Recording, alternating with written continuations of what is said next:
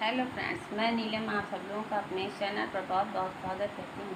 आज मैं एक कहानी सुनाऊंगी। अगर आप लोगों को अच्छी लगे तो लाइक, सब्सक्राइब और शेयर करिएगा और कमेंट्स करके बताइएगा कि आपको कैसी लगी। अब मैं कहानी शुरू करती हूँ।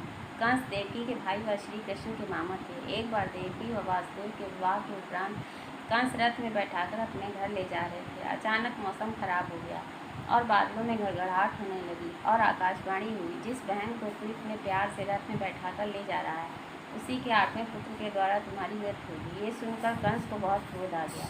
उसने अपनी तलवार तुरंत म्यान से निकाल ली और देवकी को मारने के लिए तैयार हो गया।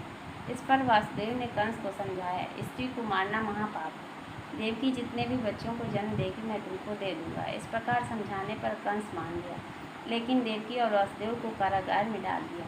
अब जब देवकी को बच्चा होता तो कंस बच्चे को देवकी की गोद से छीन लेता और उसे जमीन पर पटक कर मार डालता। इस तरह कंस ने देवकी के 7 पुत्रों को मार डाला। जब 8वें पुत्र का जन्म होने वाला था तो कारागार में सभी लोग सो गए। अब जब देवकी के 8वें पुत्र का जन्म हुआ तो घनघोर वर्षा हो रही थी और बिजली चमक रही थी। उसी समय भगवान श्री कृष्ण का जन्म हुआ और देवकी और वासुदेव की हथकड़ी व बेड़ियाँ खुल गईं।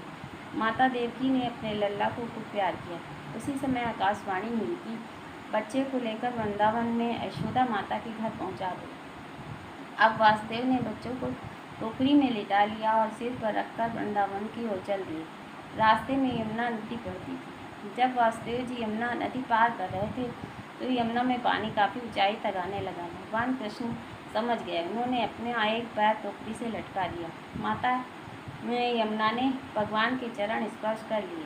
अब यमुना में पानी कम हो गया। वासुदेव जी ने आसानी से नदी पार कर ली और यशोदा माता के घर पहुंच गए। वहां पर सभी सो रहे थे। कृष्ण जी को उन्होंने यशोदा मैया के पास लिटा दिया। उनके पास एक बच्ची लेटी हुई थी। उस बच्ची को लेकर वासुदेव जी मथुरा की ओर चल दिए। अब जब कारागार के अंदर आ गए तब फिर सभी ताले बंद हो गए और सब लोग जाग गए। वो बच्ची रोने लगी। अब कंस भी वहाँ पर आ गया।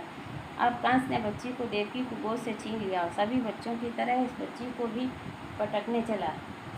वो कंस के हाथों से छूटकर आकाश में चली और दुर्गा का रूप रख लिया। उसने कंस से कहा, तू मुझे क्या मारेगा? तुमको मारने वाला वृंदावन में पैदा हो चुका है। इस तरह भगवान कृष्ण का जन्म हुआ। Thank you.